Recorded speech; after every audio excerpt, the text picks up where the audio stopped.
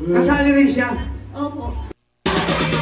Ay, sobrang baba naman. Wow! Kaya ka na to. Thank you! Mayor, ingat ka, bababangis siya. Baka makagat ka. Itatayo nga namin. Kayo po ang choreographer. Welcome back mga kaaldab. Ito na naman po ang inyong lingkod, si Mr. Destiny. At magbibigay po tayo ng pinakamainit na update po ngayon sa social media. Well, trending na naman po si Maine Mendoza mga kaaldab. Siyempre sa celebrity trending, number 1 na naman po ang ating legit E80 Dabbercats na si Mengay. O baka may magre-react na naman ha. Sabi ko nga po sa inyo dito po sa channel ni Mr. Destiny, 101% updated po kayo.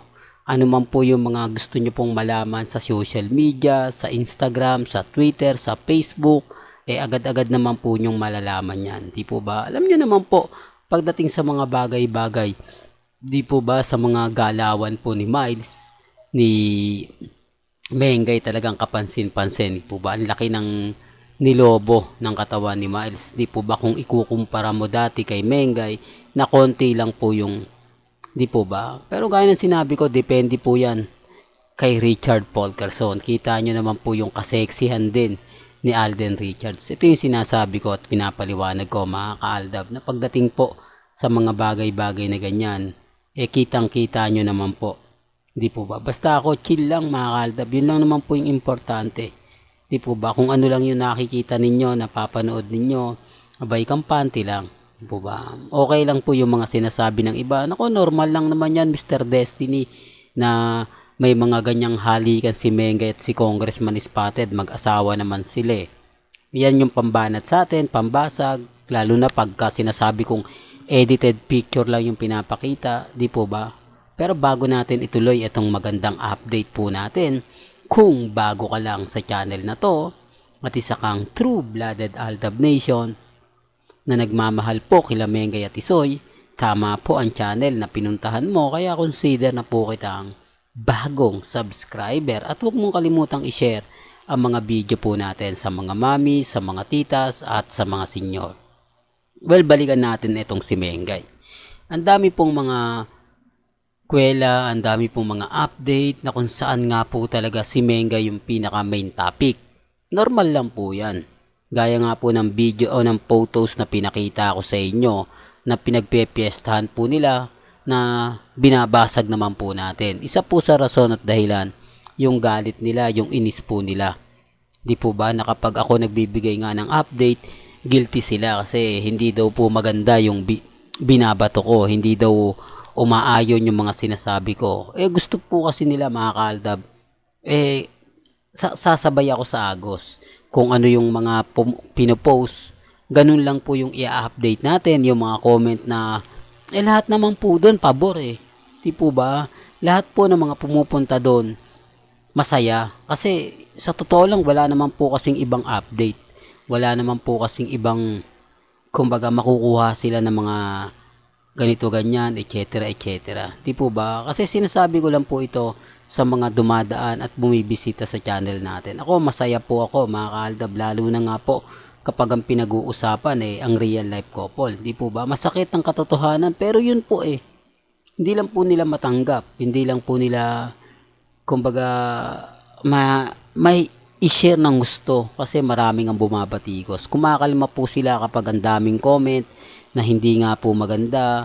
Bakit daw parang walang ilong si Mengay, parang sobrang, di po ba, yung simpleng katanungan lang, pero alam nyo yung reaksyon nila, kumbaga, syempre dinaganan syempre, anong ganyan, ako baka aldab ka lang, di po ba?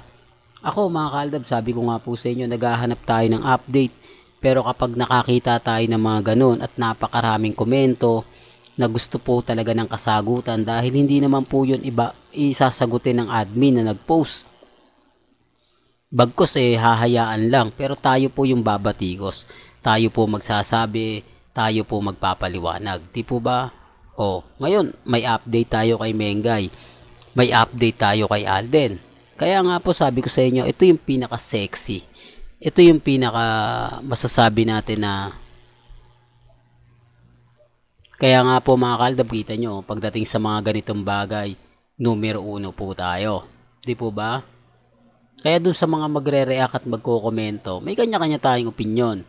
May kanya-kanya tayong pananaw. Basta sa akin lang po mga kaldab, lagi ko naman pinapaliwanag kung ano lang yung latest, kung ano lang yung trending, dun lang po tayo. Po ba? Wag po kayong basta-basta magpapadala sa mga post, sa mga sinasabi sa Instagram, sa Twitter, sa Facebook. Update lang po, kumbaga tingin lang po kayo sa mga kaganapan. Tapos kung gusto nyo pa ng pinaka-latest kay Alden Richards, sabay punta lang po kayo. Di po ba? Dito naman po sa atin, kita nyo naman po, pag walang taping si Alden sa Battle of the Judge, kung wala po siyang photo shoot, TV commercial, nagbibigay naman po siya ng update eh. Si Mengay, magpo-post lang yan kapag nasa E80 siya, kapag may mga TV, may kumbaga update sa endorsement niya, yun lang naman po eh. Bukod dun, wala na eh. Di po ba? Wala na po, kaya wag po kayong maniniwala sa mga post. Ano yung mga private account lang po yung lumalabas. Mga gawa-gawa ng mga main fanatics, para makakuha. Kasi maraming mga admin o maraming tanong sa mga admin na bakit wala daw post kumbaga si isa, di po ba? At si Mengay. O eto, katulad din to. Buti pa raw si Miles kahit pa paano nagpaparamdam. Bakit daw po yung isa wala daw update, wala daw pakiramdam, kahit ang daming komento po sa kanya, kahit ang daming nagsasabi na magparamdam naman daw, o bakit hindi? Di po ba? Bakit walang update, walang ganap? Doon pa lang may mali na eh. Kung titignan nyo mga kaalda ba, sabi ko naman po sa inyo, may mga bagay-bagay po sa social media na mapapaisip naman po talaga kayo. Buti pa po daw si Alden Richards kahit papaano, di po ba?